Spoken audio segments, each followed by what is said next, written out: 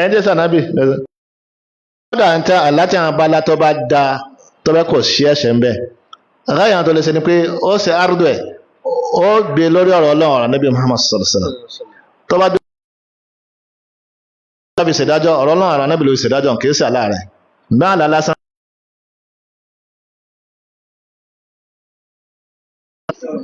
so tiye wa yunbadhu ilhamu bil ara'i ani bihi ilhama da awliya'i wa qad ra'ahu ba'du man tasawwafa wa ismatu an-nabiy tujib iqtifa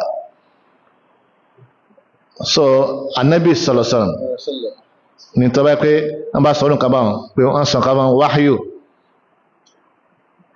in huwa illa wahyu yuha àtàwọn nábà tó síwájú alayhim sallallahu ajma'in ṣùgbọ́n lómi kò sí wáhíù máa gbàdánà bí tí kò sí wáhíù máa tó tí tọ̀ sọ́nà kọ́ ṣàánú wa ó dúró àwọn kan báwọn so ká jìnà sí tó lè máa fa àìṣedédé sùn bí wọ́n ti bá ti sọ ọdún àwọn kan wọ̀nyí ìyá pẹ̀lú bá ṣe láàrin àwọn onímọ̀ níbi ẹ̀sìn so láti dáadáa lẹ́yìn tí ń ṣẹlẹ̀ àbí tá ní àwọn onímọ̀ tí wọ́n bá ṣe àpẹnu tí ọba dá lóko tá ní àbátá nǹkan ká ti di pé gbogbo tó wọn bá ti sọ túláàsì kẹ́lẹ́ mẹ́ ọ̀tẹ̀lẹ̀ onímọ̀ ẹgbẹ́ rẹ̀ túláàsì tó sì díẹ̀ túláàsì tó náà tọ́lá fún ní máa tẹ̀ tí ó sì tẹ̀lé fẹ́nu tó sì lẹ́rìí tẹ̀ nítorí láti tẹ̀wọ̀n lọ́dọ̀ tẹ̀ dẹ́dẹ́ ní kó wọ́n tẹ̀lé tó tẹ̀wọ̀n lọ́dọ̀ tẹ̀ bá tí èsì fẹ́nu ẹn tó tẹ̀lé tó ń tẹ̀kọ́ ló ń kálukú dandan kó tẹ̀lé ọ̀rọ̀ tí ń tẹ̀lé pẹ̀lú ẹ̀rí ni so that kò yẹ kó síjà tó bá ti máa wọ rẹ pé ìwọ lọ́lá jù ìwọ lọ ṣe kíní jù ẹn tó ẹlòmíì yàtọ̀ sí ọ pé kíní abẹ́ so kò ní sí wàhálà ṣùgbọ́n nígbà tí èrò bá ti ń yàtọ̀ tó yẹ pé hududun nafs pé nǹkan tí tẹ́mì rẹ̀ ń fẹ́ náà ni pé kó jẹ́ pé tọ̀ wọ́n fẹ́ jẹ́ bí òun wá olórí òun kí wọ́n sọ pé kí wọ́n sàpá ìwà lọ sí kíní kan àbí ayé ìyẹn tó bá ti ṣẹlẹ̀ lágbègbè àwọn onísúnnà inú tó lè máa fa kọ́ńkàlù kò ṣe tiẹ̀ lọ́tọ̀ọ̀tọ̀ nu tí ẹ bá ṣe bẹ́ẹ̀ tákìdá bá ti papọ̀ tá a bá tanra wa ọ̀ tákìdá da tá a sì dúró lórí alkitaba sunna ìyá pẹ́ tó bá ṣẹlẹ̀ níbi àwọn ahkam so kò sí nǹkan kan tó bá dùn bẹ́ẹ̀ ṣe ní ìrìn òsì lè parẹ́ bí ó sì máa ṣẹ́kù lọ́jọ́ alkiyama báyìí sọ pé rahma sí bẹ́ẹ̀ bẹ́ẹ̀ kí ó sọ àdìsá Ànábì lọ sọ bẹ́ẹ̀ o àwọn sọ pé àdìsá Ànábì sọ pé ìyá pẹ́ náà ní ìmọ̀ rahma ní rárá òdòrò ṣùgbọ́n ń bẹ́ẹ̀ náà àwọn sálàf tí wọ́n sọ̀rọ̀ yẹn tẹ́ pé irú ọ̀rọ̀ ń jọ bẹ́ẹ̀ inú wọn ni Umar bin Abdulaziz torí pé sáà ìgbàláyé ń bẹ́ mi ìyapẹnu tí wọ́n yapẹnu jẹ́ mi àwọn onímọ̀ òun kálùkùn á sì mọ̀ pé òun ò ní sọ̀rọ̀ lásán ó lè jẹ́ pé ń jọ́ mi ọ̀rọ̀ ẹni tí wọ́n wá pé yusuru wà ń bẹ̀ ìdẹ̀kùn bá ń bẹ̀ bẹ́ẹ̀ náà ló péyàn ẹni tó bá mú ó ṣe kíni ó rí nǹkan mú ó rí nǹkan tẹ̀lé bóyá ẹran tó yẹ pé tọ̀ ẹni pé ẹran tẹ́ni yìí sọ ó fẹ́ lé rẹ̀sùn bẹ́ẹ̀ nílé òun ló ṣe kíni ló pè wọn pé yóò fi kọ́ àkótán bí ọ̀rọ̀ àkótán bẹ́ẹ̀ bẹ́ẹ̀ pé wọ́n lọ̀lẹ́ bọ́ lọ́wọ́ kò ní sí pé kankan bẹ lọ́rùn ó náà nìkan tó ṣe kíní ó nìkan dìímù gbogbo ẹ̀ làwọn onímọ̀ sọ gbogbo ẹ̀ làwọn onímọ̀ sọ ó yẹ kó síjà kò sí kọ́ rárá pẹ̀lú ó ṣẹ̀ṣẹ̀ láàrin àfáàsọ ọmọkẹ́ náà bá ti dé pé ó dípò kan kò sí nǹkan tó bá dìbẹ̀ tí ó bá ti sí àìlẹ́kọ̀ọ́ ìwà ìlẹ́kọ̀ọ́ ń bẹ ó lọ ṣẹ̀ láàrin bàbá àtọmọ tí ó bá sí ìwà ìlẹ́kọ̀ọ́ ń bẹ sotí onímọ̀ kọ̀ọ̀kan náà onímọ̀ súnnà kọ́ máa fi irú nǹkan bá wọn kọ́ àwọn ọmọ kéwú kọ́ ń jẹ́ ká máa pétọ̀ gbogbo tó wọn bá sọ tó yẹ pé mọ́sálà pé ṣìhàdíyà ni tí gbìyànjú bá ń bẹ ń bẹ́ẹ̀ tí gbìyànjú bá ń bẹ ń bẹ́ẹ̀ pé wọn kálukú lè gbìyànjú pé kọ́ gbà nǹkan báyẹ kó ṣe báyìí sọ pẹ̀lú ẹ̀rí kọ́ mọ̀ pé tó wọn bá ti sọ ní rárá ẹlòmẹ́bà sọ tó bá yàtọ̀ sí mọ́ kọ́ mọ̀ pé ẹlòmílẹ̀ lè lọ́rọ̀ kọ́dẹ̀ àwọn máa ń sọ torí pé àwọn onímọ̀ sọ pé kò sọ́kẹ́ nǹkan máa ṣe fátíwá láì ma ọ̀rọ̀ táwọn onímọ̀ sọ níbẹ̀ níbi mọ́sálà yẹn láì ma ìyapa àwọn onímọ̀ níbi ọ̀rọ̀ torí ó sì sọ pé òun ṣe fatuwa tó ní ma pé mọ́sálà yìí yà ní ṣèhádìyà tẹ́ pé khilafu mẹ́mẹ́ ọ̀rọ̀ lágbájá ọ̀rọ̀ kìíní ní àbọ̀rọ̀ ti mẹ́mẹ́ ni kò pọ́síbù irú fatuwa wo ni irú ẹ̀ ló pọ̀ dánsìn àbí ó sọ pé tọ̀ ọ̀rọ̀ yìí lọ́wọ́ ọ̀rọ̀ jí àbí ọ̀rọ̀ yìí ó ní lọ sẹ̀kìyà lọ choice ma ọ̀rọ̀ tí ń bẹ́ẹ̀ mẹ́ ọkàlọ́kọ̀ lọ choice abọ́kan sọ̀rọ̀ ìgbà tó kọ sọ̀rọ̀ mí ń bẹ́ẹ̀ mọ́ kọ́lá tí ọba sáyé àbí àwọn tó bá ń bá sọ tọ́pọ̀lọ́ wọn ọba gbé jẹ́ ká mọ̀ pé ọ̀rọ̀ mí ń bẹ o àwọn ọ̀rọ̀ níbi mọ́sálà báyìí àwọn ọ̀rọ̀ wà báyìí báyìí àbí àwọn tí ń bẹ́ẹ̀ pọ̀ nígbà táwa fi ń sin náà báyìí báyìí pẹ̀lú ẹ̀rí ẹ̀ tí wọ́n bá lórí mi onímọ̀ mi tó bá sọ̀rọ̀ mi pẹ̀lú ẹ̀rí ẹ̀ tó pé látọ̀ ní tí wọ́n sọ kò ní síjà wọ́n mọ̀ pé àwọn ti kọ́ lọ́dọ̀ àfa àwọn kọ́dà bí o tiẹ̀ sọ fáwọn torí kí làákàyà àwọn òde náà lákẹ́yìn tó bá dé àfa àwọn sọ wọ́n sọ àwọn ẹ̀rí tó ní wọn bá rí pé àfa ti ń sọ ẹ̀rí tó fi sọ pé ọ̀rọ̀ ń tẹ̀wọ̀n ọ̀tọ̀ ni tí wọ́n rí pé ọ̀rọ̀ mi ọ̀tọ̀ ni tó ń rí lọ́dọ̀ tó fi sọ pé ọ̀rọ̀ mi lọ tẹ̀wọ̀n kò ní síjà bákan náà nítorí ẹ ti fi kọ́ àwọn akéwì yẹn ti fi hàn kan so ìyẹn ló yẹ kí kálukú náà kọ́ máa ṣe náà onímọ̀ súnà o tá a bá bẹ̀rẹ̀ ọlọ́run ọba tó jẹ́ pé báyá ayé ti múmú láyà wa so kọ́dà ń jọ́ mi tó yẹ pé tí wọ́n bá bẹ̀rẹ̀ question lọ́wọ́ yẹn wọ́n sọ pé àkíní ọ̀dà kíní kan lọ́dún rárá nípa ọ̀rọ̀ tí ní sọ ọ̀rọ̀ kan nínú táwọn onímọ̀ sọ ni ṣùgbọ́n táwọn fi ń sinú àbí tọ́tẹ̀ wọn lọ́dọ̀ tiwa báyìí pẹ̀lú ẹ̀rí tí wọ́n bá ti sọ bẹ́ẹ̀ àwọn tó wọ́n mọ̀ pé ibi tó ti kọ́kọ́ gbọ́rọ̀ abẹ́ni tó kọ́ sọ̀rọ̀ fẹ́ nù kò ní mọ̀ wọ́n níwò kíni níwò àbùkù kò ní wọn níwò pé ìwò yẹpẹrẹ tó lè máa fa kí ọmọ sí àsìkò ọmọ kọ́ máa sí wádàm àbí tó ń tọ́ náà bá lè gbọ́ pé kíní tó máa fi di pé so ti ìmọ̀ tó bá sọ pé ń tọ́ sọ yìí ẹni tó sọ̀rọ̀ bẹ́ẹ̀ náà wọ́n rí ká sọ ọ̀rọ̀ kan náà táwọn onímọ̀ sọ ni kọ́dọ̀ ọ̀rọ̀ tó sọ yìí ń bẹ́ náà tó ṣíwájú wa tí wọ́n sọ nínú àwọn sàhábà sọ àbínú kí n ṣùgbọ́n tó tẹ̀wọ̀n báyìí torí ẹ̀rí rẹ̀ báyìí so tiye so dóró eléyìí ìyá ń sin sàlàyé pé kìí ṣe irú eléyìí ni máa ń fa kíni ni máa ń fa àìmọ́ ṣàṣepọ̀ ni máa ń fa àìmọ́ ní ìṣọ̀kan so àfitá ní àwọn ẹni tí wọ́n bá jó ní mọ̀ tí ọba dá lóko ọba àwọn ọmọ kéwú tí ọba dá torí àwọn ọmọ kéwú náà máa ń dá nǹkan náà jẹ́ mi ọlọ́run kọ́ ṣàánú kó ṣàtúnṣe odò wa so àádọ́dọ́ bá ti lórí àkókò àti pé tí bóyá question lè wà so cover score correct question then before question tó bá ní comment náà àwọn afáwọn àjòkó Dr. Abdullah táwọn lómi àfáàní sọ tí comment ló bá tiẹ̀ wà kọ́ ó yẹ kó lè wà ní so ó yẹ comment wà lásọ̀ so àyè comment wà so kẹ́ comment lẹ́yìn ìgbà tí question bá wà so náà ọba kó jẹ́ kí ohun tá a sọ àti tá a sàlẹ̀ fúnra kó jẹ́ kó tórítọ́ láwọn ọba ọ̀ kó jẹ́ wúlò fún èmi tí mo sọ kó jẹ́ wúlò fún kálukú àtàgbà náà wọn kò jẹ́ ká bá níbi tó lérè subhanaka allahumma bihamdik ashhadu an la ilaha illa anta astaghfiruka wa atubu ilayk àmín jazakumullahu khair àmín so an kí ó tó di kí ni ẹnu tí anábì sọ pé sọ̀sọ̀ àwọn àjọ àwọn pín sí 73 so 73 ni àwọn onímọ̀ máa ń try lẹ́gbẹ̀ẹ́ kí wọ́n ka àwọn òǹkà àwọn tí wọ́n bá jóbi bí dé àbí tí wọ́n pé wọ́n sọ tí wọ́n rí pé wọ́n ti yapa sí sunnah Nabi Muhammad sallallahu so khilaf mẹ́lẹ̀ àrin wọn gan in tó dájú náà tí wọ́n sọ ni pé ádájì yẹn gan kọ́ ní àná bí gbàlérò nítorí pé àwọn àjọ àwọn pín sí tó pọ̀ ṣùgbọ́n ẹyọ kan nu àti ọwà lórí ojú ọ̀nà tó jẹ́ jàmáà tí ó sì wà náà jẹun ó náà ní tó bá tẹ̀lé inú tó ń wà àtàwọn sàhábà ń bá wà so ọlọ́run àbàdà tó ní ìmọ̀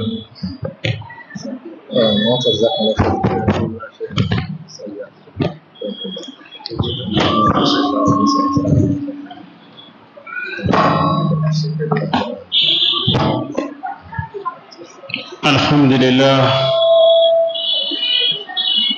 wassalatu wassalamu ala rasulillah wa ala alihi wa sahbihi wa sallim adúpẹ́ fún Ọlọ́run wa Allah alhamdulillah ẹlẹ́kùn jẹ́ sọ pé alhamdulillah alhamdulillah ẹjíká tó sọ pé alhamdulillah alhamdulillah ẹjíká sí alhamdulillahi rabbil alamin alhamdulillahi rabbil alamin àwọn bàbá wa fadilati sheikh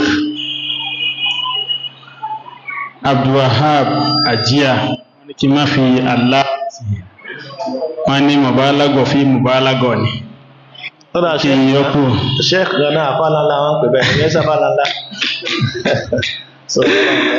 Allahu akbar bitawadu'in àsìn wípé ọlọ́run sí wọn ló ní gbéraga onífàárí òun náà nínú wa ń dùn sí pẹ̀lú pé wọ́n ṣe deliver message náà fún wa ẹ rí pé àwọn oníranran ìmọ̀ là ń yọ nínú ọ̀rọ̀ wọn ìdí ni tọ́mọ kí ó máa fi ṣe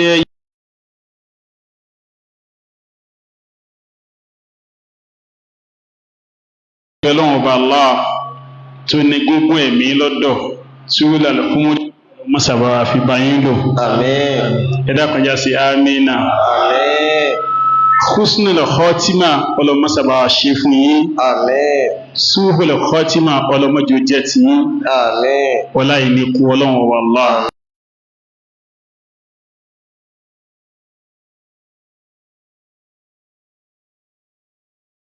Ọ̀brẹ́là fún súnnà ní gbogbo ààyè àti gbogbo ibi tí ẹ bá dé, Ọlọ́run ò ní ká adé náà kó lára yín.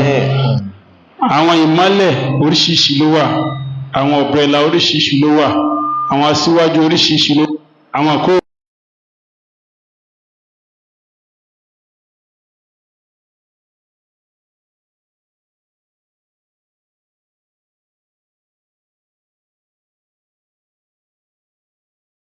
Usman Ayolo tí wọ́n ń gbàlejò tán jẹ́ olùgbàlejò àgbà. Bàbá wa ni wọ́n, olùgbàlejò ni wọ́n, bàbá wa ni wọ́n. Ọlọ́run mọ́sàbà gùn ẹ̀yin náà lẹ́mìí. Àmín. Bá a sì tọrọ fún Sheikh àtọrọ fún ẹ̀yin náà, Ọlọ́run mọ́sàbà kárí yín pẹ́. Àmín. Bàbá wa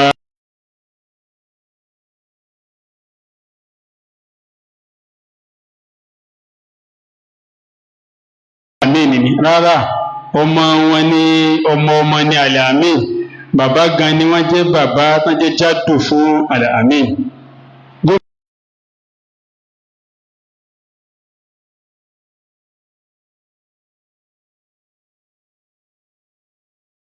Náà sí Ọlọ́run ní ṣàdéhùn fún yín. Àmín. Ẹ̀sìn súnà ni wọ́n máa ń wù yín jù, kódà lánàá bí tán pè wá sí níbi wá sí àwa wọn náà ni bàbá sá fún wájú náà wà.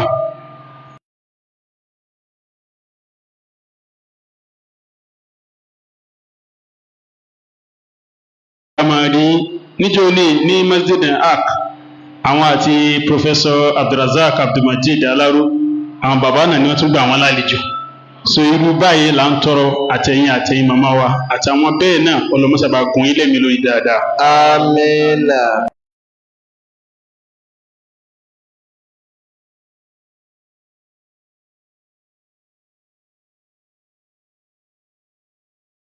Àmín. Bẹ́ẹ̀ ni brọ́dà mi Muhammad Maruf Kiwilere Abu Mariam, Ọlọ́run kó mọ́sàbà ṣe dáadáa fún yín. Àmín. Àti bàbá wa Imam Ratib.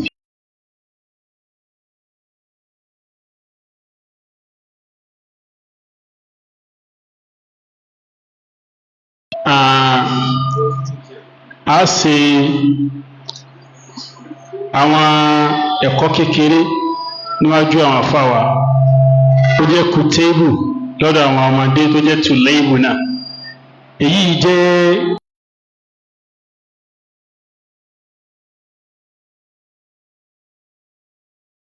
àwọn àfáà náà tẹ̀lé. A ń kí àwọn àfáwà ahlan wa sahlan biduyufil kiram. أهلا وسهلا بالضيوف الكرام في رحال مسجدنا الهدى Ọ̀làdàpọ̀. Ẹ máa wọlé, ẹ máa rọra.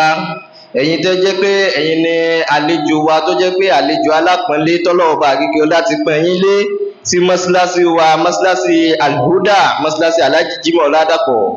Nurahibu bikum jami'an wa ta'amul أن تكون زيادتكم لمسجدنا فيها كثير من الفائدة. Inú wa ń dùn, gbogbo wa à ń dunnú láti pàdé yín, láti rí yín sí mọ́sálásí wa ní mọ́sálásí Ọ̀làdàpọ̀. مرجو من الزيارة وتحقيق الغاية المرجو من الزيارة. أما pàtàkì ìdìde yín wá قدومكم إلى مسجدنا الهدى خدح السرور إلى قلوبنا وقلوب المسلمين وطلاب العلم. Ìrìn yín ní mọ́sálásí wa Al-Huda, inú gbogbo mùsùlùmí ń dùn, ọkàn wa ń dùn, inú wa sì ń yọ́nú sí rírí yín. A dúpẹ́ o. Ahlan wa sahlan bikum dauman. Ẹ máa wọlé, ẹ máa rọra, inú wa dùn láti rí yín ní gbogbo ìgbà. Rahina minallahi al-azim an takuna ziyaratukum hazihi zatul fa'idatu wa mata. Àtọ̀rọ̀ lọ́dọ̀ Ọlọ́run bá àrékè ọlá pé rírí yín ìkọlọ̀ mọ́sàájú ṣàǹfààní fún wa. نرحب بضيوف الأحد الذي قدم إلينا اليوم. Ìrírí yín lónìí tí ẹ wá ṣàbẹ̀wò sí wa lónìí. ليشاركنا يومنا دراسي في مسجد الهدى التي تفتح أبوابها بضيوف من المجتمع المحلي والخارج بكل حب. Inú wa ń dùn, à ń yọ̀ láti rí yín fún ìdánilẹ́kọ̀ọ́ yìí tẹ́ wá ṣe fún wa ní mọ́sálásí wa lónìí, mọ́sálásí Al-Huda. ضيوفنا الآباء الشيخ عبد الوهاب حجية قدمكم اليوم إلينا أدخل الفرح والسرور لقلوبنا. Ìrírí yín ní mọ́sálásí wa Al-Huda, ìyẹn tó jẹ́ pé ẹ̀yin ni àfáà àgbà, onímímọ́ àgbà, àfáà tí ń jẹ́ Abdul Wahab Hajiya, inú wa ń dùn, ọkàn wa sì ń yọ̀ láti rí yín. نرحبكم بكل ونقول أهلا وسهلا ومرحبا بكم. À ń kí yín o pẹ̀lú pé kẹ́ máa wọlẹ̀, kẹ́ máa rọra pẹ̀lú rírí yín ní mọ́sálásí wa Al-Huda. نسأل له سلامة والعافية أن يزيدكم في الحلم والبركات. À ń tọrọ lọ́dọ̀ Ọlọ́run kọ́lọ́run bá yín kí ọlá kó ṣàlékún ìmọ̀ yín, kó ṣàlékún àlùbáríkà yín, kó sì ṣàlékún àlàáfíà fún yín. فجزاكم الله خيرا جزاء. Ọlọ́run kó má ṣàbá san yín lẹ́san rí. شكرا لكم. A dúpẹ́ fún yín o. آمين. Àmín. gbogbo àwọn jàmáà ẹ jẹ́ sọ pé jazakumullahu khairan. Jazakumullahu khairan. gbogbo àwọn kan tá a wí èyí tó dá ń bẹ̀ Ọlọ́run kó bá fi sínú òsùn àwa tá a wí àtẹ̀yìn tẹ́ gbọ́. Àmín. ibi tó kù sí Ọlọ́run mú sábà mójúkù fún wa ń bẹ̀. Àmín. àwọn tààlì kí ó wà látọ̀dọ̀ Sheikh Dr. Abdullah bin Usman Ayolu. lẹ́yìn bẹ́ẹ̀ a fẹ́ kí ẹnì kọ̀ọ̀kan wa tá a bá níbèrè ẹ̀dàkùn àwọn tá a bá níbèrè ẹ jẹ́ ká signify. wọ́n ti ń pín àwọn ìwé kan, ìwé tí wọ́n ń pín yẹn ẹni tó bá níbèrè kó ra kọ́ sínú ìbéèrè yẹn. wọ́n ó dẹ̀ mú fọ́dọ̀ àwọn ọmọ àti náà káwọn náà kọ tiwọn sí ọwọ́ sí wa tí wọ́n fi bá wa ṣe kíni o, tí wọ́n fi máa bá wa béèrè àlàyé, wọ́n sì máa fèsì lórí ẹ̀ insha Allah. kí àwọn bàbá wa Fadilatu Dr. Abdullah bin Usman Ayolu kan bá wa ṣe tààlí. wọ́n ní Fadilatu Sheikh Abu Ibeji Alfa Kozim Alhafiz òní wọ́n wọlé kọlọmọ́sá àdíkàrá wọn náà pẹ́. Àmín. Ìmáàmù Masjidu Al-Abrar àwọn náà ni wọ́n wà lọ́wọ́ tún ìmáàmù kọlọmọ́sá wọn pẹ́. Jazakumullahu khairan.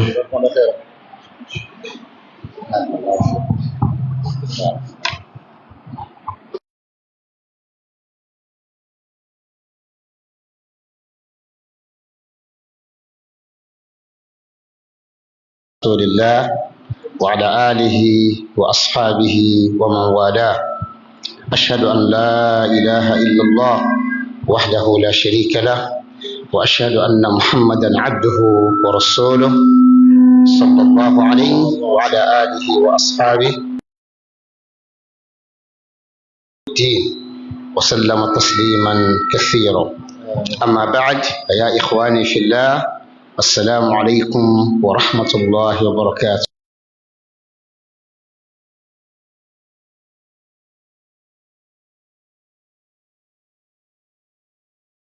ó ṣe nírọ̀rùn fún wa wípé ká gbèrò ìjókòó ní tọ́lọ́n sì ní kókó ní ti dáadáa àti ní ti rere.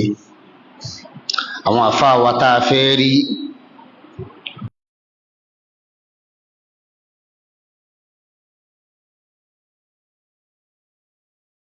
pẹ̀lú ayọ̀ àtàláfíà, àwa tá a fẹ́ pàdé wọn Ọlọ́run ní ká pàdé wọn pẹ̀lú ayọ̀ àtàláfíà. gbogbo àwa tá a jẹ́ ọmọ kéwú tínú tiwa náà ń dùn táyìn yóò ṣẹ̀ṣẹ̀ pé àwọn àfáà wa ń bọ̀. Ọlọ́run ní kí gbogbo wa ríra lórí dáadáa. ó tún ṣe ń rọrùn fún wa láti tún bá wọn já lásà, láti tún fi wálé kún mọ̀, láti tún fi wálé kún àgbọ́yé. kò sí ìméjì ń bẹ̀ pé ìdẹ̀ra ńlá nìyí tọ́lọ́wọ́n bá máa fi ìdẹ̀ra náà kẹ́ wa. ìdẹ̀ra ńlá lélẹ́yìí tọ́lọ́wọ́n máa fi ìdẹ̀ra náà kẹ́ wa. léyìí tó já sí wípé àtẹ̀mí wa àtàsìkò wa àti ìmísókè ìmílọsódò wa àti gbogbo àwọn harakati wa ọwọ́ ọba adẹ́dà ló wà. Bá a bá gbèrò bẹ́ẹ̀ tọ́lọ́run bá ní kò ní ṣeé ṣe, kò sí ní tá a fẹ́ ṣe, àgbà fọlọ́run ọba náà ni, àgbà fọlọ́run náà ni. Bó tiẹ̀ jẹ́ ń pé gbà fọlọ́run ọmọ ẹ̀dá ènìyàn ó lè pín sí méjì. Ìgbà fọlọ́run lórí dèédé ń téèyàn ń fẹ́ tó ń papọ̀ mọ́tọba adẹ́dà téèyàn ó máa dúpẹ́ lórí ẹ̀, ọ̀kan nù ni.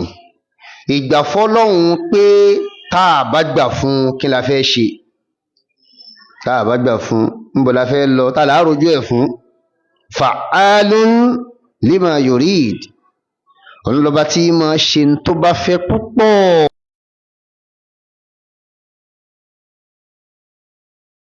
Àwọn àbí léèrè nípa tó bá ṣe, àwọn ọmọ ẹ̀dá ènìyàn ni wọ́n kwérì lórí tí Ọlọ́run ní kí wọ́n wá ṣe tí wọn ò mójútó.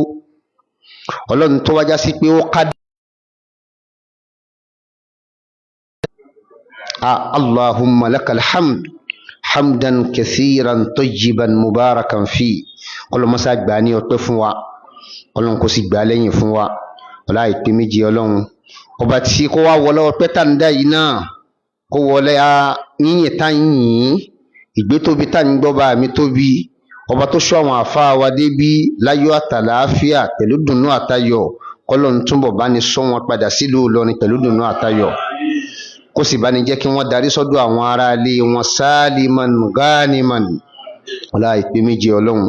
Nashrul ilm tọ́lọ́run ọba àlékè ọlá fi rán wọn, Ọlọ́run mọ́sà bá ní jẹ́ kí wọ́n ṣe pẹ́ lórí dáadáa.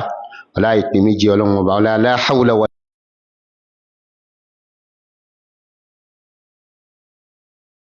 kọ́mẹ́ǹtì mi láti dúpẹ́ fọ́lọ́run. Abala ẹlẹ́ẹ̀kejì, àwọn ṣéèkù wa, àwọn àfáà wa nù ní.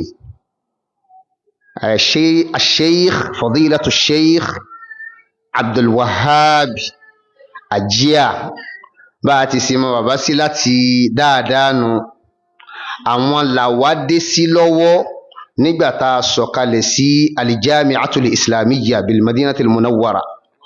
Àwọn tá a dé sí lọ́wọ́ rèé, àwọn àfáà wa tá a dé sí lọ́wọ́ rẹ̀, àwọn ni wọ́n gbà wá lálejò pé a rí àwọn aṣáájú tánjá ṣáájú rere lọ́mọ Nàìjíríà tá a lè wò láwòkọ́ṣe.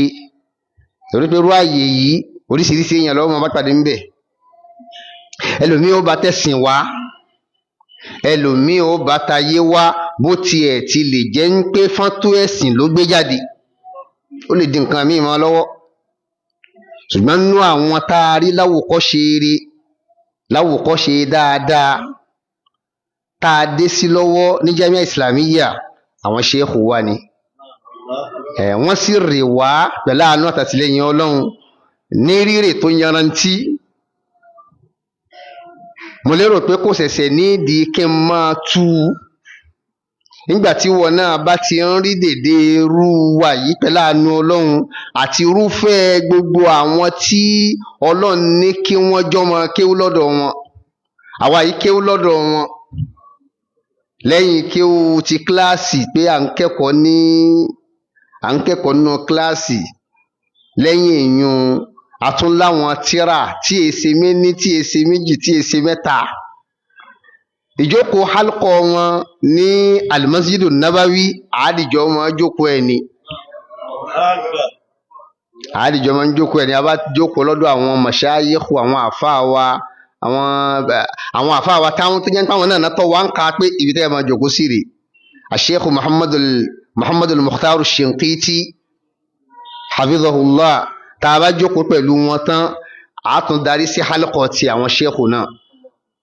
Èyí ń bẹ kó tó wá kan àwọn halakọ́tù musaggara tí a tún lọ bá ṣéèkù lé.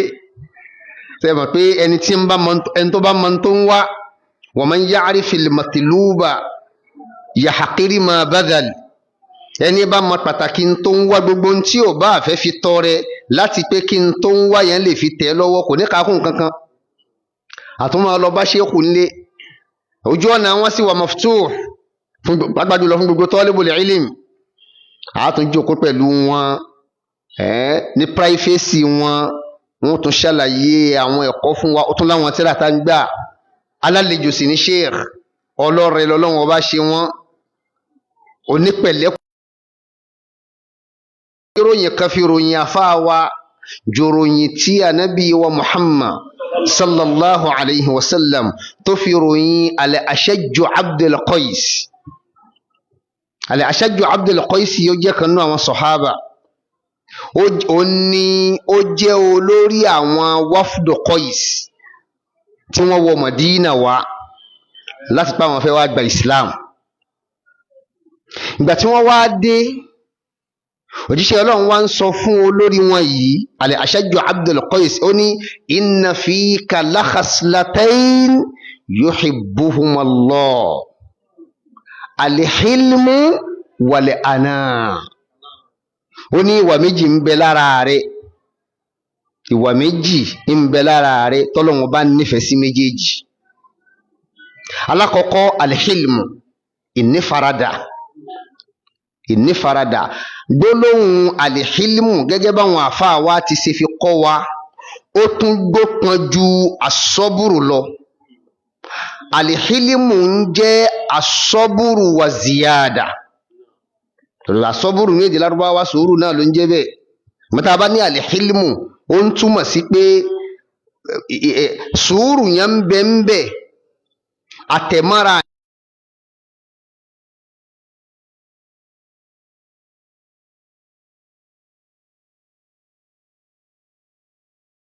ala aqdari llahil mu'lima. Ìṣe sùúrù lórí ìtẹ̀lé t'Ọlọ́hun, ìṣe sùúrù kéèyàn jìnnà sí wẹ́ẹ̀sẹ̀, ìṣe sùúrù lórí àwọn kádàrá Ọlọ́run tí máa kẹta èrò bẹ́ẹ̀mí. Gbogbo ẹ̀ ní al-hilmu kó sínú. Ó tún wá lálékún. Àlékún náà ni ìjùpájùsẹ̀ sílẹ̀ fọ́lọ́run lórí bọ́lọ́run bá ṣe kádàrá nǹkan. Tá a tún lè má rí yín òun níbi as-sabr, ìfaradà tó lágbára. Ó ní al-hilmu ń bẹ lára rẹ̀. Ẹlẹ́ẹ̀kejì al-ana, ìṣe pẹ̀lẹ́pẹ̀lẹ́, ìṣe pẹ̀lẹ́kùtù, ìmáa mú nǹkan lẹ́lẹ́ẹ̀lẹ̀.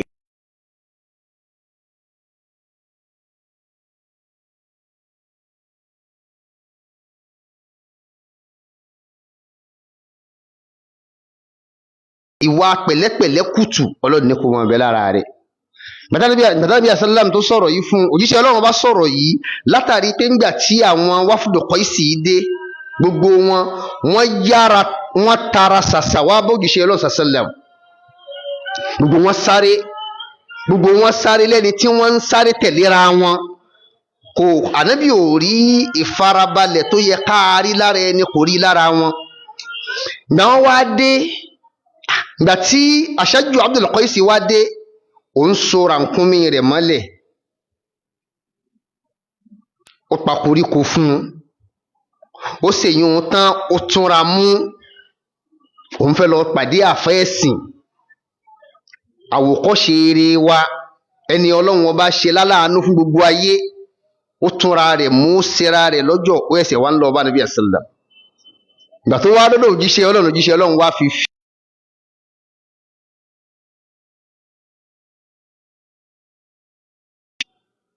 ahuma khaslatani jabalanillahu alayhima am takhallaqtu bihima.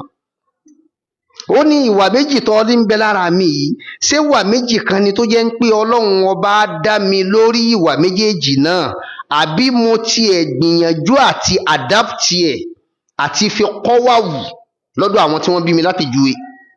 Òjíṣẹ́ Ọlọ́run ọba ní bal jabalakallahu alayhima. Àìwà méjèèjì Ọlọ́run ọba mọ̀ọ́mọ̀ dá ọ lórí ẹ̀ ni. Ní sọ̀hábì yìí náà ní alhamdulillahi alladhi khalaqani ala khuluqayni karimayn yuhibbuhumallah. Ìrẹ́ Ọlọ́run mo dúpẹ́ fún ọ tó dá mi lórí ìwà alápọ̀nlé méjì tí ìrẹ́ Ọlọ́run ọba nífẹ̀ẹ́ sí. Gbogbo ẹni bá mọ àwọn àfáà wa, bóyá ó ti bá wọn pàdé rí, bóyá ó ti gbọ́rọ̀ wọn rí, bóyá lọ́nà kan sí kejì ó ti wà ní hálkọ̀ wọn rí, ó ti já lásà wọn rí, ó testify sí tí mo ń sọ yìí. kódà gan ìwọ tó bá bá wọn pàdé ní tó jẹ́ ń pé àkọ́kọ́ gbà tó kọ́kọ́ bá wọn pàdé ní ibi delivery lecture wọn gan ọgbóòórùn alihilmu wàlẹ̀ àná ìṣe sùúrù àti farabalẹ̀ ìṣe pẹ̀lẹ́kùtù ọlọ́run bá fi kẹ́ àwọn àfáà wa láfikún sí déédéé ntọ́lọ́run wá fi kẹ́ wọn nínú mọ̀ nínú ẹ̀kọ́ nínú ìyànnànà àwọn àníwá fununil ilm àbáyín dúpẹ́ lọ́dọ̀ ọlọ́run ọba àbáyín dúpẹ́ lọ́dọ̀ ọlọ́run kò sì sí iyèméjì ńbẹ èyí tí wọ́n sọ níbẹ̀rẹ̀ nípa pé ẹ̀yìn tọ́jú tọ́ bí ṣe sí àwọn sálàfù ṣe rí nù ni tá a bá ń sọ pé àwọn bàkọ́ ya sálàfù ó yẹ ká máa tọ́ka sí ṣéèkù wa àwọn baqiyatu salaf àwọn sálàfù ti lọ àwọn làwọn sọ̀hábà àwọn tàbíùn ṣùgbọ́n nínú àwọn tí a tún wòye pé wọ́n ṣẹ́kù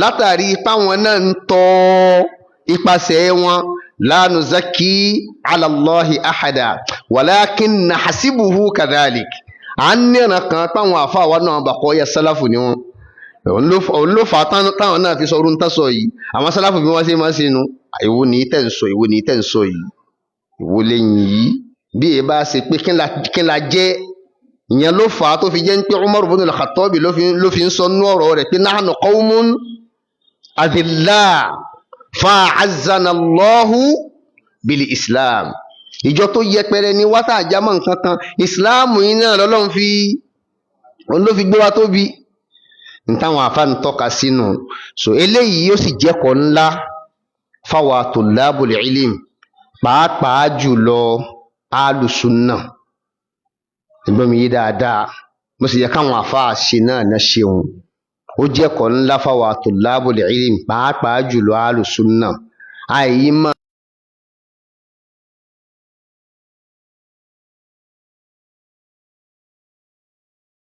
láyìn boro ìyẹn ní títí kọjá àlà kò sínú ṣíṣe alùsùnà rárá ẹ lè rí yín nínú ṣíṣe wọn lọ́dọ̀ àwọn tí wọ́n ń pera wọn ní onísùnà àbí tó ń pera wọn ní mùsùlùmí ṣùgbọ́n tó jẹ́ ń pé ọlọ́nà kan sí kejì wọ́n ti yapa dédé ìlànà alùsùnà ọ lè máa rí yín lọ́dọ̀ wọn àwọn onísùfí ń bẹ ń bẹ àwọn míì náà ń bẹ ń bẹ ṣùgbọ́n pé bóyá kéèyàn yin ni lẹ́yìn àyìn jù rárá ìyẹn ló fà á tó fi jẹ́ ń pé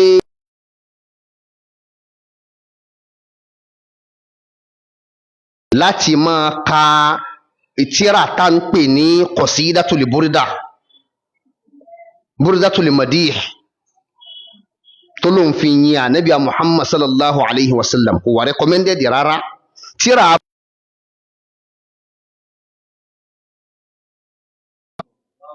fún nǹkan tí wọ́n kó síbẹ̀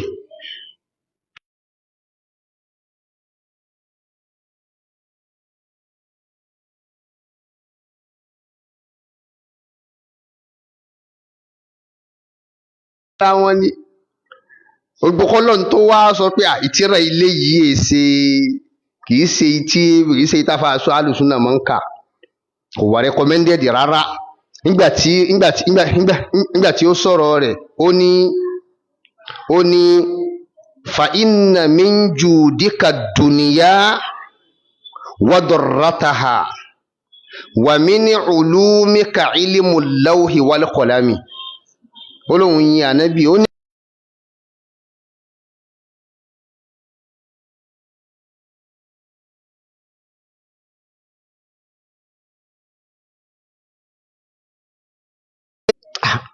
ta ló láyé àtàlìkíámọ̀ ṣe mà pé túmọ̀ tó ń sọ ni pé ànábì ló ní a'udhu billah ó nínú mọ̀ rẹ̀ kìí ṣe gbogbo ìmọ̀ torí pé mí tó wà ń bẹ̀rù lè tàbùídì ni mí ń tàbùídìyà ni láti fi ṣàlàyé pé apá kan nínú mọ̀ rẹ̀ ó ní mọ́ láwùhùl mahfuz àti ìmọ̀ tí gègé ń kọ kalẹ̀ kí ló ṣẹ́kù fọlọ́hun kò sí kankan mọ́ so ló fà á tó fi jẹ́ pé àtìrà àlìbúrídà wọn kìí ṣe tírà dáadáa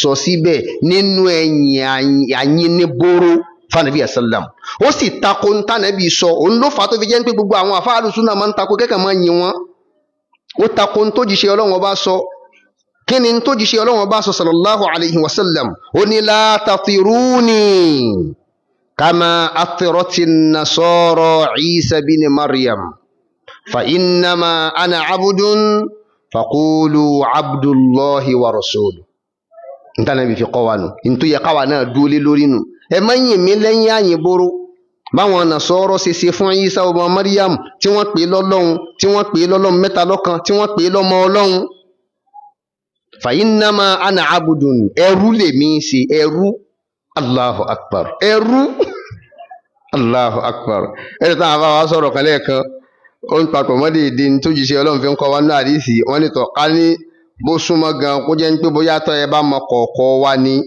bóyá ẹ mọ̀ fi bàtà tẹ̀ wá mọ́lẹ̀ ni ṣùgbọ́n kọ̀ọ̀kọ̀ wa wà láàrin wa sí ọ̀bẹ ẹlẹ́dàá wa èyí ẹ̀rí ń ta ẹ má fi yin ní láyìn boro ẹrú là á ṣe fa innama ana abudun faqulu abudullahi wa rasuluhu ló fi jẹ́ pé orúkọ tánàbí nífẹ̀ẹ́ sí jù ó ní abudullah ló fà tó fi jẹ́ ń tọ́lọ́run bá subhanahu wa ta'ala nígbà tí ó pè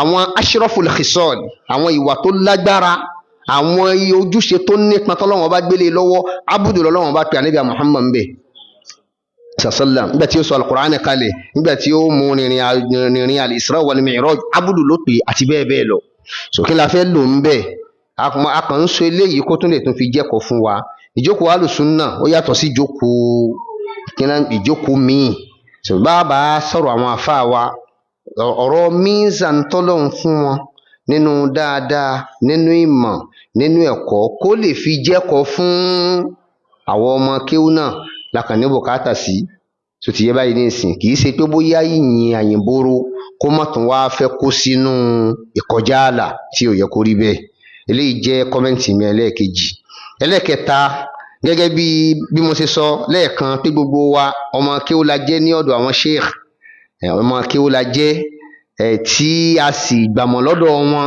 tí ò rújú rárá bó ti wulẹ̀ kó mọ Ọlọ́run kó dákun kó mọ́ sábà ní san wọ́n lẹ́san rí èmi náà tí mo jẹ́ kan inú ẹ̀yin ọmọ ìyá mi tá a dìjọ́jọ́ ọmọ kéwú lónìí mo kàn fẹ́ sọmaráìsì gbogbo àwọn tí wọ́n ti bá wa sọ sínú bíi pọ́ìntì mẹ́rin àbí márùn-ún mo kàn fẹ́ sọmaráìsì ẹ̀ tí ó jẹ́ bíi kòláṣọ pé àwọn kókó tá a rí mú lọ léèrè ẹ rí i páwọn àfáà tí ẹ bá ṣe pé mi àti ẹ tá a jẹ́ tọ́líbùl ilmi ìjókòó pẹ̀lú wọn ní muhadara ọ̀tọ̀ lè tètè mọ́ bí tá a ń lọ bí wọ́n bá ṣe ń yà sí bí ó ti ṣẹlẹ̀ báyìí ó ti ṣẹlẹ̀ lónìí ìmọ̀ tá a ti kọ́ ń bì ká máa ka àwọn tíra ní méjì ó ti lé ní tíra 7 àbí 10 a ti wọnú usulul fiqh a ti wọnú fíkíù a ti wọnú lógà a ti wọnú hadith ilmul hadith a ti wọnú balaga àti bẹ́ẹ̀ bẹ́ẹ̀ lọ a ti wọnú tafsir gbogbo ẹ̀ bí ìjòkó pẹ̀lú àwọn àfáà bó ti ṣe rí nù ni òun ló fà á tó fi jẹ́ pé ọmọ akẹ́kọ̀ọ́ ní gègé lọ́wọ́ tí ó mọ̀ fi jọ́ ti gbogbo àwọn nǹkan wọ̀nyí kalẹ̀ ṣùgbọ́n kó lè fi yí àwa àwam àwọn kókó yẹn yóò jẹ́ bí kòláṣọ fún gbogbo ohun tí àwọn àfáà ti ń sọ bọ̀ látòórọ̀ tí ó máa jẹ́ pé àwọn àdánilẹ́kọ̀ọ́ wa tòní tó dálé lórí ni ọ̀rọ̀ lórí wáhádà táwọn àfáà wa bá wa sọ̀rọ̀ lé lórí ìṣọ̀kan fún gbogbo àwa mùsùlùmí fún ìṣọ̀kan yìí ó láwọn májẹ̀mú tá a gbọ́dọ̀ lákìyèsí ó láwọn májẹ̀mú àwọn májẹ̀mú ẹ̀ wọ́n kà fún wa sínú nǹkan 3 òun náà ni wọ́n fi kọ́kọ́ bẹ̀rẹ̀ alákọ̀ọ́kọ́ ká lólórí ìlólórí àwa mùsùlùmí níbi gbogbo tí Islam pa wá láṣẹ wípé bẹ́ẹ̀ bá ti pé méjì ẹ gbọ́dọ̀ yẹn nìkan tí ó jẹ́ olórí bẹ́ẹ̀ bá sì jẹ́ 3 ẹ gbọ́dọ̀ yẹn nìkan tí ó jẹ́ olórí bánẹ́bí sì fi kọ́ wa ìṣe ní òfin nínú ṣẹ̀ríà pa gbọ́dọ̀ ní olórí ìtọ́ka kan ni lórí pé ọ̀ranyàn ni ká ṣọ̀kan torí tá a bá lólórí ọ̀rọ̀ wa ó mọ pín yẹlẹyẹlẹ tá a bá lólórí olórí ó mọ direct wa sí only one direction. Ọ̀rọ̀ wa ò ní pín yẹlẹyẹlẹ. Eléyìí jẹ́ nǹkan àkọ́kọ́ tá a gbọ́dọ̀ mójútó. Ìyẹn ń jẹ́kọ̀ọ́ fún wa pé gbogbo ibi tá a bá wù ó lè wà, bá a bá ti kóra wa jọ, a gbọ́dọ̀ ní amir, a gbọ́dọ̀ ní olórí. Kókó ẹlẹ́ẹ̀kejì òun náà ni pé tá a bá wá ń sọ pé a wá ṣọ̀kan náà, tá a lólórí, ntọ́rọ̀ wa ò fi ní máa pín yẹ́lẹyẹ̀lẹ, tí ò fi ní máa di tútùtùtù, òun ni pé kó jẹ́ ń pé kó jọ wa ala al-kitab wa sunnah, lórí ọ̀rọ̀ Ọlọ́run, lórí sunnah Ànábì Muhammad sallam. Ìkójọ tá a bá fẹ́ sọ tá a fẹ́ kójọ, gbogbo ìṣọ̀kan tá a fẹ́ sọ pé a fẹ́ ṣọ̀kan, tí ò bá ti dá lórí kí l'Ọlọ́run sọ, kí l'òjíṣẹ́ Ọlọ́run ọba sọ, wàláhì ìṣọ̀kan yẹn kò lè wà successful, kò lè yọrí síbi nǹkan kan. A máa yapa ni. Èyí tá a sì fi mọ ìṣe pàtàkì pé ká kójọ ala al-kitabi wa sunnah, òun lọ̀rọ̀ òjíṣẹ́ Ọlọ́run tó sọ fún wa nínú hadithi Irbad ibn Sariyah radiyallahu anhu, tó sọ̀rọ̀ náà nínú hadisi tó gùn. Nígbà tí ó sọ̀rọ̀, ó ní fa innahu man ya'ish minkum fasayara ikhtilafan kathira. Ẹni Ọlọ́run bá ní kẹ́mi rẹ̀ gùn nù yín yóò rí àwọn ìyapa ẹnu tó pọ̀. Tí wọ́n Ànábì wá sọ, fa alaykum bisunnati wa sunnati al-khulafa'i ar-rashidina min ba'di. Súnà mi ní kẹ́ dìmú. Ìtumọ̀ ni pé ìyẹn ni ò ní jẹ́ kẹ́yìn máa yapa. Ìyẹn ni ò ní jẹ́ kẹ́yìn máa yapa. Ká di ọ̀rọ̀ Ọlọ́run ọba mú, ká sì tẹ̀lé súnà Ànábì sallam. A ní bùkátà sí fún májẹ̀mú ìṣọ̀kan wa. Kókó ẹlẹ́kẹta òun náà ni wípé lábala ìṣọ̀kan wa, nínú nǹkan tá a ní bùkátà sí fún tí ìṣọ̀kan ó fi nítumọ̀, òun náà ni pé tá a bá ní àti lólórí, àti dìjọ panupọ̀ lórí ìtẹ̀lé kìtàbù wa súnà, a gbọ́dọ̀ gbìyànjú àti bí ìfẹ́ ẹnu dànù. A gbọ́dọ̀ gbìyànjú láti bí ìfẹ́ ẹnu dànù, àyàpá àfẹ́ ẹnu. Bẹ́yìn abá lóhun tẹ̀lé kìtàbù wa súnà tí ìfẹ́ ẹnu rẹ̀ ò bá kú o ń bẹ̀, kò sí iyèméjì ń bẹ̀, a lè ṣọ̀kan. Ẹ̀sìn rẹ̀ fáwọn àfáà wa nínú ọ̀rọ̀ wọn, wọ́n mú àpèjúwe wá fún wa pẹ̀lú bíbẹ̀rẹ̀ àwẹ̀. Ọlọ́run tiẹ̀ sọ wa kúrò níbi awuyewuye rẹ̀ lọ́dún yìí. Àti mọ̀ bóyá nígbà tí yóò bá fi di ẹ̀yìn Ramadan tọ̀, kọ́lọ́n bá wa pẹ̀tù sí. Èyí máa wáyé láti Èkó lọ́hùn, pé tí wọ́n ti mọ́jọ́ tí àbẹ̀rẹ̀ àwẹ̀, ó ti ṣẹlẹ̀ lọ́dún yìí náà. Tọ̀ bóyá èmi ni mi wà kọ́rẹ́ǹtì tó. Ọjọ́ wo ló mú? Ó bá pẹ̀tù kò sí lọ́dún yìí. Ó parí. Tó bá rí bẹ́ẹ̀, yóò láwọn kan tí wọ́n tẹ̀lé, torí pé ló bọ́ sí. Kò yẹ kó rí bẹ́ẹ̀, wàláhì kò yẹ kó rí bẹ́ẹ̀. Kò yẹ kó rí bẹ́ẹ̀. Àwọn àfáà wa rèé, wọ́n sì tọ́ka sí ilé ẹ̀kan. Kò yẹ kó rí bẹ́ẹ̀. Subhanallah. Islam ó fi àwọn àpẹẹrẹ ìdẹ́sìmọ̀, ó fi kọ́ síbi àwọn nǹkan kan tí ò múrùjú wá rárá, bó ti wulẹ̀ kó mọ. Ya'rifuhu as-saghiru wal-kabiru wal-'alimu wal-'ami wal-rajulu wal-mar'a kullu an-nas.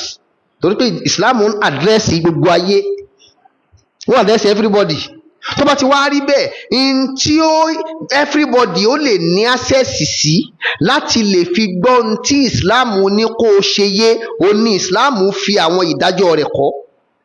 Súnmú li ru'yati wa aftiru li ru'yati, kò mú wàhálà lọ́wọ́ rárá. Bẹ́ẹ̀ bá ti róṣù, ẹ bẹ̀rẹ̀ àwẹ̀. Bẹ́ẹ̀ bá ti róṣù, ẹ túnu, ó tán. Kò sí wàhálà kankan. Ó ń túmọ̀ sí pé a ní bẹ̀rẹ̀ àwẹ̀ títí tí ó fi di pé aróṣù. Ó sì yẹ kí nǹkan dínú ni. Ìyapa ìtẹ̀léfẹ́ ẹnu ní ó dájọ́ kéèyàn ti sọ tó mú déètì bíbẹ̀rẹ̀ àwẹ̀ kalẹ̀ kó tó di pé oṣù Ṣàbánù parí. Wàláhì ìtẹ̀léfẹ́ ẹnu ni. Kò sí nǹkan kan mí ń bẹ ju ìtẹ̀léfẹ́ ẹnu lọ.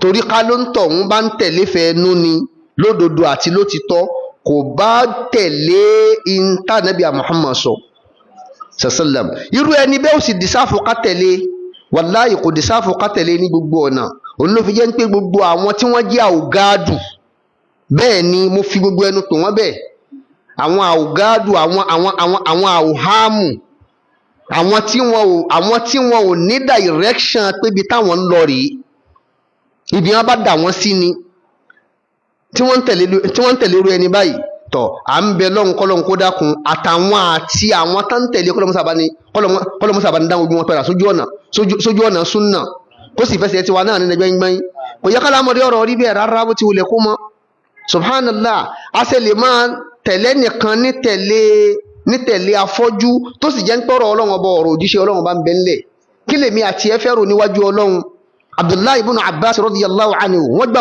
gbọ́rọ̀ wá látọ̀dọ̀ ẹ̀ ó dàbí pé ọ̀rọ̀ kan ṣẹlẹ̀ ó wá ń kó ti in tó jíṣẹ́ ọlọ́run ọba sọ sallallahu alayhi wa sallam ẹnìkan nú àwọn sọ̀hábà wá ń sọ pé lórí ọ̀rọ̀ tẹ́ ẹ sọ yìí o Ànábì sọ báyìí Abubakar náà sì sọ báyìí Umaru náà sì sọ báyìí kí ni sọ̀hábà yìí sọ ó ní atuhibbuna an tanzila alaykum narun minas sama ẹ fẹ́ jẹ́ kí iná kó máa bọ̀ báyìí kó sì máa jó yín ẹ fẹ́ jẹ́ kí iná sọ̀kalẹ̀ lẹ́yìn lórí láti sánmà ni kí iná máa bọ̀ báyìí kó sì jẹ́ pé orí yín ní sọ̀kalẹ̀ lórí mo ń sọ pé Ànábì sọ pé ẹ̀yin sọ pé Abubakar sọ pé Umaru sọ pé Allahu Akbar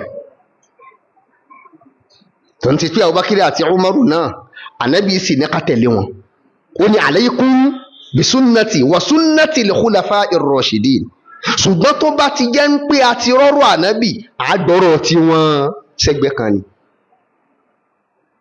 kíkí wá ní tí ẹnìkan ó fi wá dìsáàfù pé káwọn kan máa tẹ̀lé tọrọ òjíṣẹ́ Ọlọ́run ọba sì ń bẹ ńlẹ̀ sallallahu alayhi wa sallam yàtọ̀ sí pé wọn ò mọ nǹkan tí wọ́n ń ṣe so ibi tá ń lọ ń bẹ̀ ìtẹ̀léfẹ̀ẹ́ ẹnu ni kò lẹ́tọ̀ọ́ rárá kò sì lẹ́tọ̀ọ́ kan ti mọ́ṣù kalẹ̀ tójọ́ tá a parí àwẹ̀ ní kó tó di pé ìlétẹ́sù ṣàwálù yọ ẹ dákun ẹja dúró lórí eléyìí ẹja ayapa àfẹ́ ẹnu ìtẹ̀léfẹ̀ẹ́ ẹnu yóò máa àfẹ́kìtì ìṣọ̀kan bàbá láti di kìtàbù wa súnnà mú gbogbo òfẹ́ ẹnu wa agbọ́lọ̀ bẹ́ẹ̀rí ẹ̀ agbọ́lọ̀ yapẹ́ ẹ̀ kí ṣọ̀kan wa kó lè nítumọ̀ níparí nínú àwọn úsúsú ìṣọ̀kan tá a ní bùkátà sí òun náà ní ká jìnà sí àdádálẹ̀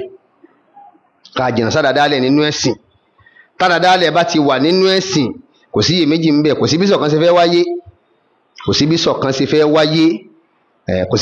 fẹ́ wáyé ló fi jẹ́ pé súnnà yẹn nìkan náà lágbọ́lọ̀ gbámú òun nìkan náà lágbọ́lọ̀ tẹ̀lé tí ìṣọ̀kan wa ó fi nítumọ̀ lọ́nà tí Ọlọ́run ọba àlékè ọlágbàlá kalẹ̀ táwa sì gbà fífi ṣàǹfààní nínú sẹ̀mí wa eléyìí ó jẹ́ kókó tí èmi ọmọ ìyá yín tí mo jẹ́ kan nú àwa tòláàb lọ́dọ̀ ṣéèkù wa tí mo kàn wòye sí bí àkótán àwọn kókó nínú àwọn nǹkan tí àwọn ṣéèkù tí wọ́n ti bá wa sọ kí Ọlọ́run ọba àlékè ọlákùnmọ́sá jẹ́ kára àwọn ṣéèkù wa pẹ́ lórí dáadáa kó bá ní lọ́rẹ̀ ẹ̀mí wọn lórí ẹ̀sìn lórí súnnà wọ́n ti ń ṣe é bọ̀ tipẹ́ àwọn ọdún náà láti bí ọdún year 2000 fẹ́ kọ́ bẹ́ẹ̀ ni láti bí year 2000 tọ́lọ́run ti ní ká salábàpàdé wọn nígbà àkọ́kọ́ tá àkọ́kọ́ sọ̀kalẹ̀ sí Jami'a Islamiyya látìgbà náà àwa kúrò ní Saudiya àwọn tó ń ṣẹ́kù ń bẹ̀ fáìmọye ọdún pẹ̀lú ìsáà tún sojú kòkòrò lórí ìmọ̀ àti bẹ́ẹ̀ bẹ́ẹ̀ lọ kó tó wá di pé Ọlọ́run padà tún bá wa sọ wọ́n kalẹ̀ sí Nàìjíríà ẹ̀rí pa sóríire gan pẹ̀lú fífi irú àwọn àfáà báwọn wọ̀nyí kẹwàá ọlọ́mọsá jẹ́ kárẹ̀mí wọn lò pẹ́ lórí dáadáa kó túnbọ̀ bá ní ṣẹ́ wọn kù lórí rere ọlá ìpè méjì Ọlọ́run ìṣẹ́kù irú àwọn wọ̀nyí ìmọ́lẹ̀ ni ó máa jẹ́ fẹ́sìn gẹ́gẹ́ bó ti jẹ́ ń pé ìṣàfẹ́kù irú wọn sulimatun fi dín kòtò àti ihò tó lágbára òní yóò máa dálẹ̀ sínú ẹ̀sìn Ọlọ́run jẹ́ kárẹ̀mí wọn lò pẹ́ kí ìmọ́lẹ̀ wọn náà tún lè tún fi kárí gbogbo ayé pẹ̀lú òfin súnnà ká àti fífọ́n ọ̀nà mọ̀ká lọ́nà tí ó gbà fi lẹ́tọ̀ gbogbo àwọn èso tó wá jáde látara wọn bọ́lọ̀ ń ṣe ní káwọn náà máa yí àwọn ẹ̀mí tí wọ́n ń yí àwọn ọkàn tí wọ́n ń tọ́ àwọn èèyàn sójú ọ̀nà àmọ́ sójú ọ̀nà ẹ̀sìn lójúpọ̀nà tí ọlọ́run ọba àlékè ọlágbàlà kalẹ̀, gbogbo àwọn èso tó jáde látara wọn náà ọlọ́run dákun mọ́sá bá ní ṣe wọ́n ní ojú ọmọ, bá ní jẹ́ kó já sí pé kí n táwọn ó tún máa ṣe nínú ẹ̀sìn kó tún ju tàwọn àfáà wa lọ ní ti dáadáa, kó ṣe wọ́n ní qurratu ayni fáwọn àfáà wa ọ̀la ìpè méjì ọlọ́run ọba. Gbogbo ẹnì kọ̀ọ̀kan wa nú àwọn ọmọ ìyá náà tá a nífẹ̀ẹ́ wọn nítorí tọlọ́run, táwa náà bá wọn sáámi irú báyìí ọlọ́mọsá fi kárí àwa náà, kó fún wa ní máàmọ̀lù tó ṣàǹfààní, kó sì fún wa lágbọ́yé ẹ̀sìn gbọ́, kó wá ṣe àwọn èso wa ní qurratu ayni fún wa. Eléyìí náà ni àwọn tàlíkù tọ̀dọ̀ mi, ọlọ́run kó mọ́sá gbà fún wa ní ìbádà. barakallahu fina wa subhanaka allahumma wa bihamdik ashhadu an la ilaha illa ant astaghfiruka wa atubu ilayk. Ìdákùn ẹja sọ pé jazakumullahu khairan. Nígbà tí mo bẹ̀rẹ̀ ọ̀rọ̀ mi lẹ́ẹ̀kan, ẹ̀ ń wò mí bí aláṣejù abẹ́ẹ̀kọ́. Síbẹ̀ ní àìbẹ́ẹ̀kọ́, bẹ́ẹ̀kọ́ Ọlọ́run san yín lẹ́san lórí. Àmọ́ gbà tí wọ́n ń gbọ́ lẹ́nu bàbá wa ní ìsìn Fadilatu Dr. Abdullah ibn Usman. Ṣé ẹ wá rí pé Abumadiya kò parọ́? Ọlọ́run ṣàjárí yín pẹ́. Ìjọ ní yóò tó bí ọdún 5 mo wá lọ sí Ìlọrin màádọ́rà kan lálọ, èmi àtàwọn ọmọ ìyá ní Adéta, odidi ọjọ́ 2 náà fi ṣe màádọ́rà yẹn. Gbà tí àwa kiri àṣekágbá, àwọn èèyàn ti sọ̀rọ̀ ní Nàìjíríà, àwọn àfáà súnà ti sọ̀rọ̀ tó pọ̀ gan, odidi ọjọ́ 2. Gbà tó wá di ìparí yányán, ó kàn rí pé máìkì ń lọ sọ́dọ̀ kan náà àfáà ni. Bí máìkì ṣe ń dọ́dọ̀ wọn báyìí, gbogbo ní họ́ọ̀lù yẹn Ládéta ẹni tó bá wọn bẹ̀, àwọn èèyàn kan sọ pé kútùbì. Wọ́n wò pé kí ló fẹ́ kí họ́ọ̀lù yìí kí ní mìí báyìí. Gbà tí wọ́n dákọ̀ báyìí, wọ́n kàn dákọ̀ Fadilatu Sheikh Abdul Wahab Àjíà, wọ́n bá gbé máìkì fún wa. Allahu àbájọ tí gbogbo àwọn ọmọ akẹ́kọ̀ọ́ fi ń dààmú pé bàbá wa sí gbogbo wá sí yẹn bí bàbá wa Dr. Ayọ̀ ló ṣe yọ yìí, bẹ́ẹ̀ ni wọ́n ṣe wá sí ọjọ́ 2 táwọn afáà súnà sí. Sheikh wa bẹ̀rẹ̀ sí ní yàn náà rẹ̀ lẹ́yọkọ̀ọ̀kan. Mùríkáì ẹ̀bùn Ọlọ́run ni bàbá yìí. Ọlọ́run ò ẹ̀mí yín gúngùn rẹ̀ dákun ọlọ́mọ́sàájú gùn jù bá a ṣe rò kan lọ. Gúngùn ẹ̀mí àlàáfíà ara ẹ̀dá kan bá sí fún wọn. Kì í sò ní o, yóò tọdún 15 mo ti mọ̀ wọn lọ́dọ̀ bàbá wa Alájì Ṣìtù. Èmi wọn máa ń pàdé náà pálọ̀ wọn.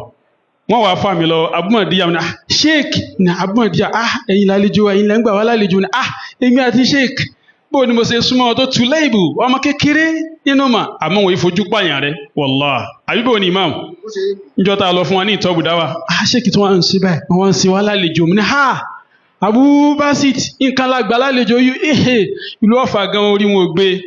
Ọlọ́run ò ní jẹ́ kú nísìn, ìmọ̀ yín náà ò ní kú nísìn, gbogbo ẹni tó bá wá sí amínà fáwọn àfọwà òun náà ò ní kú nísìn.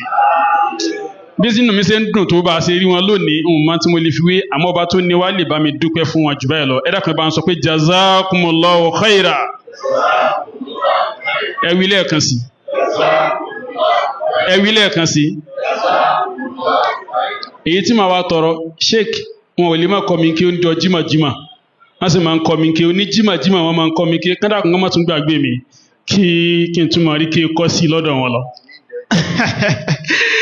Ó yá gbogbo àwa tí à ń gbọ́ wa, ìbéèrè lọ báyìí pé ìbéèrè àkọ́kọ́ bí wọ́n ní ǹjẹ́ ó sì bá mu nínú ṣẹ̀ríà káwọn kan nínú àwọn onímímọ̀ kí wọ́n kóra wọn jọ, tán kí wọ́n máa sọ nípa ṣẹ̀ríà, àwọn òfin Ọlọ́run kan máa fi dájọ́, káwárí àwọn ikọ̀ kan máa fi àléébù kàn wọ́n wípé èéṣe táwọn olùmọ̀ nínú súnà kan lọ darapọ̀ wọ́n rújòkó yìí tí wọn ò máa yàgò fún wọn. Èéṣe tẹ́yìn tẹ́ jẹ́ shababul ilmi nípa súnà ẹ sì lọ darapọ̀ mọ́ àwọn jòkó kan tí ń sọ̀rọ̀ nípa ṣẹ̀ríà tí fi ń dájọ́. Ǹjẹ́ irú ìṣesí báyìí só yẹ káwọn tí ń bẹ́ẹ̀ yẹn withdraw ni, àbí kí wọ́n sì máa tẹ̀síwájú pẹ̀lú ìbáwọn ọmọ yẹ́sìn yìí kí wọ́n máa bá wọn lò? Ó jẹ́ ìbéèrè alákọ̀ọ́kọ́. Ìbéèrè ẹlẹ́ẹ̀kejì.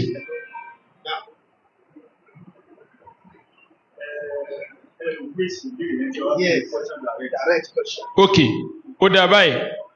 Ǹjẹ́ kí ó bá mu kí àwọn ọmọ yẹ́sìn onísúnà kí wọ́n jókòó táwọn àfáà tí wọ́n kó jọ nípa ṣẹ̀ríà tán fẹ́ máa fi dájọ́, ǹjẹ́ ó bá mu kí wọ́n bá wọn lásìpọ̀? Àwọn oníranran àfáà àwùjọ kan wọ́n kó gbogbo àwọn àfáà jọ, wọ́n select àwọn àfáà, wọ́n ní kẹ́nì kọ̀ọ̀kan wọ́n ní representative, wọ́n wá kó wọn jọ lápèjúwe àti ní súnà àti ní tèmi súnà, wọ́n kó gbogbo wọn jọ sáàyè kan. àwa ará àwọn ọ̀dọ́ onísúnà táwọn náà wá wọ́tọ̀ ìjókòó yìí tí wọ́n ń bá wọn lọ, só wá dáa káwọn ọ̀dọ́ ò darapọ̀ mọ́ wọn àbí kò dáa kan darapọ̀ mọ́ wọn. ẹlẹ́ẹ̀kejì òun náà tún jọrú ẹ̀, ó ní í ṣe pẹ̀lú àkídà. àáfàá súnà tó wá tọrọ fún oníbídíà ló ṣàdúrà fún, ǹjẹ́ bó ṣe ṣàdúrà fún yìí só náà ti do oníbídíà ni àbí kò do oníbídíà? só tọ́ kó tọrọ àdúrà fún tọ́.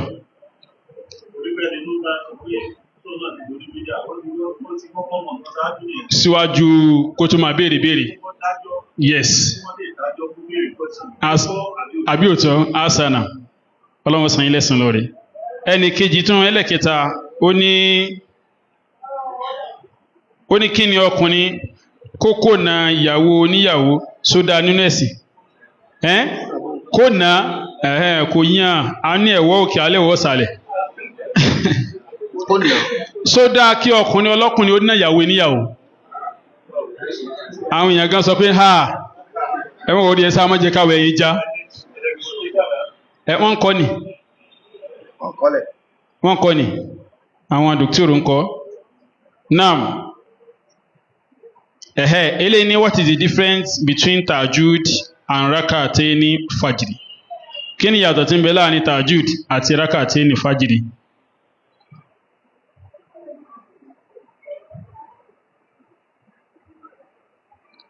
eléyìí ni sí obìnrin tí ń ṣe nǹkan oṣù só lè wọ mọ́sálásí?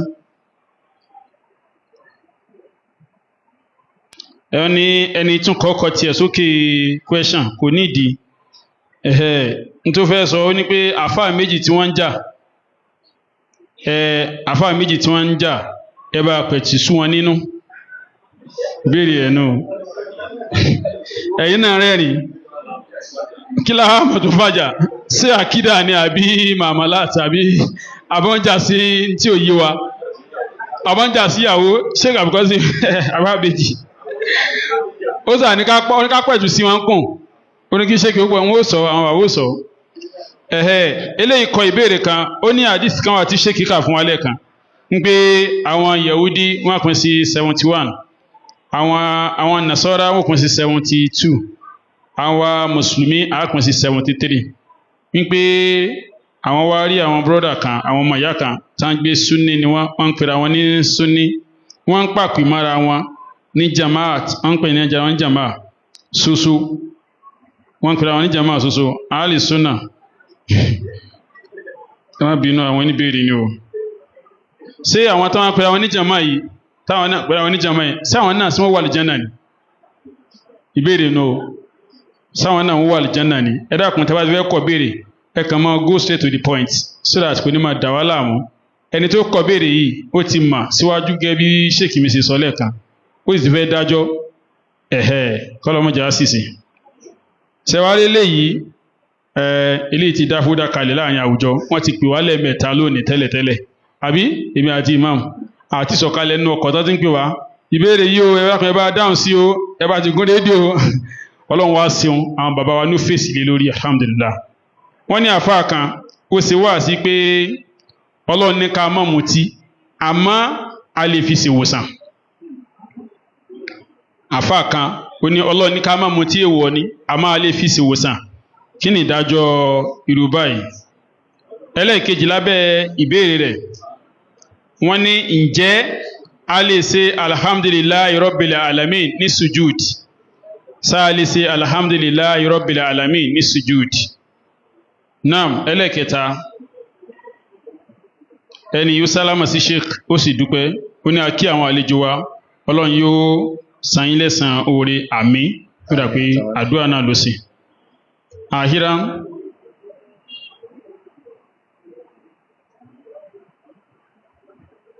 òyìnbó gẹ̀ẹ́sì lẹ́ni kọ́ dáadáa gan.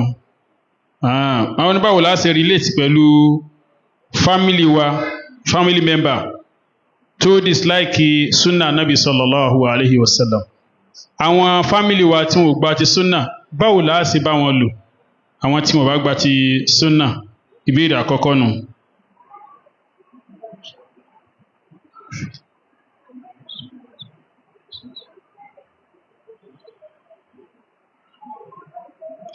ìbéèrè ẹlẹ́ẹ̀kejì dẹ́ni ìbéèrè wọ́n ní báwo làwọn ó ṣe ṣe pẹ̀lú tashahud níbi náfìlà yàtọ̀ sí ìrun ọ̀ranyàn níbi náfìlà yes ó náà ni níbi náfìlà táwọn ò bá rí complete ṣé kò bà náfìlà wọn jẹ́ tashahud táwọn máa ń ṣe wọn wá rí complete tí wọ́n fi kú lórí sọ́láàtì ṣé kò bà ìrun àwọn jẹ́ jazakumullahu khairan. tàbí ṣe tashahud lẹ́yìn ọ̀ranyàn.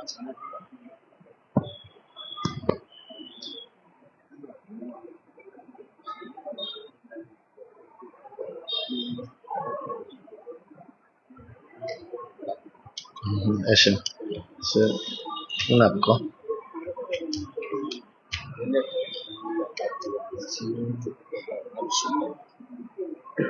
láti tó kàn nínú ọ̀fíṣẹ́ ní àdájọ́ àwọn alùsùnmọ̀ wọn ní àwọn onídílé àmì náà tí wọ́n wà pẹ̀lú wọn wọ́n ṣe ìyá tuntun dájọ́ tó lẹ́tọ̀ọ́ ká mọ̀ pàtó.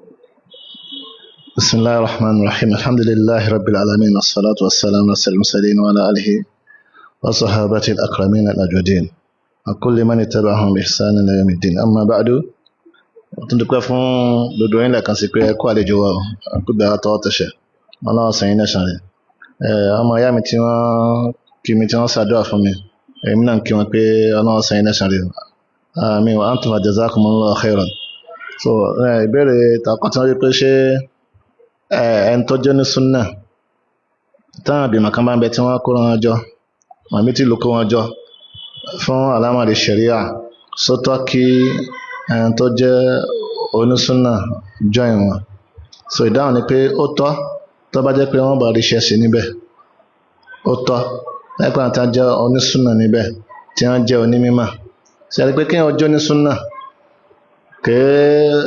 kìí ṣe pé ó sọ̀rọ̀ àdé ní mímọ̀ tí wọ́n bá kẹ́kọ̀ọ́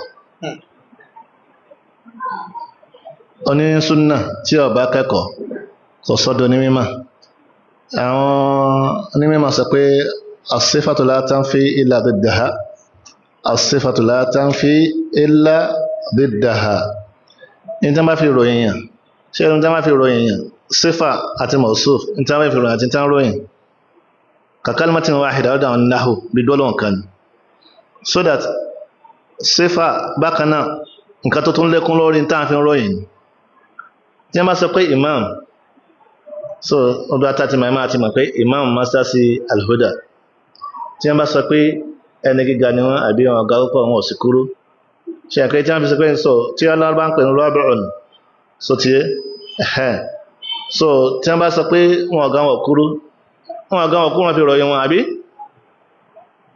so wọn àgán ọkùnrin ó lékún àwọn gangan so ti yé wa ṣùgbọ́n a tún fi mọ̀ wọ́n sí so that wọn àgán ọkùnrin àbídáwà pé yàn ga ní túnmọ̀ sí pé ní tàgbà yẹ́bẹ̀ ni pé wọ́n tọ́ wọn ṣe kíni kò kúrú tí wọ́n bá níyàn kúrú kí lágbà yẹ́ bẹ́ẹ̀ náà tí wọ́n bá fi nǹkan kan ròyìn àwọn sifatul hilya kàkàbáwọn so tí wọ́n ní lágbàjá onímọ̀ ni ìtumọ̀ rẹ̀ ẹ̀yin bàbá wa kéèkéé sáláì màkà ni ìtumọ̀ as-sifatu la tanfi illa biddaha tí wọ́n bá ní lágbàjá oní súnnà ni súnní ẹni tí ń ṣe súnnà tí ń tẹ̀lé ànábì tí ń tẹ̀lé náà ànábì sallallahu alaihi wasallam níbi ọ̀rọ̀ rẹ̀ níbi iṣẹ́ rẹ̀ àti iṣẹ́ ìṣe rẹ̀ àti ibi ìbálò rẹ̀ ìtumọ̀ ẹni pé kìí so ní bídíà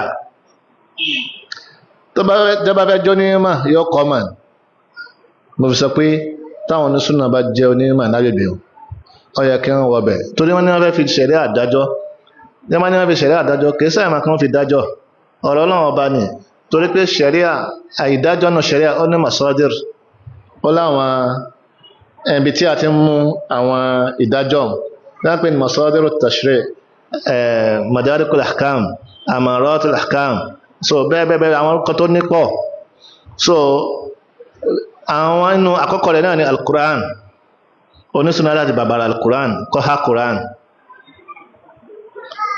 tí ó bá ha kọ́ ha ń bẹ̀ yóò bá ha tán kó sì mọ́ bí ọjọ́ àti ha tán so ẹni tó bá tí ó jẹ́ onímọ̀ ńláńlá sínú májẹ̀mú rẹ̀ ní kó jẹ́ mujtahid àbíkẹsìn májẹ̀mú khilafu lára àwọn onímọ̀ ká má fi gbé ara wa lọ jìnnà so iná tó dájú náà ni pé ẹni tí ó bá ti jáfa náà là kọ́ ha Quran torí máa dáná sọ pé khairukum man ta'allama al-Qur'ana wa 'allama ẹni tó lóore ní Sahihain hadith sahabi Uthman ẹni tó lóore jù ẹni tó kọ́ Quran tó fi mọ̀ yẹn báwọn ẹni tó jáfa náà là fi ní àwọn ẹni tó lóore jù so kò tó pé kọ́ mọ àwọn ayatul ahkam so bẹ́ẹ̀ náà ni àwọn hadith náà kó gbìyànjú kọ́ máa hàn tó bá lè hàn mí so ní kúkúrú ẹ̀yàn láti máa tó jẹ́ àkọ́kọ́ nù kọ́ wá máa tó rò papọ̀ máa Quran tí a máa nakọ̀ tafsir Quran tafsiru ó yàtọ̀ sí tarjama tafsiru mọ̀ tó so máa tafsiru pọ̀ ẹ̀yàn láti máa nahwu ẹ̀yàn láti máa sarf ẹ̀yàn láti máa balaga ẹ̀yàn láti máa gbé àwọn ọmọ usulul hadith usulul fiqh ulumul Quran bẹ́ẹ̀ mara wọn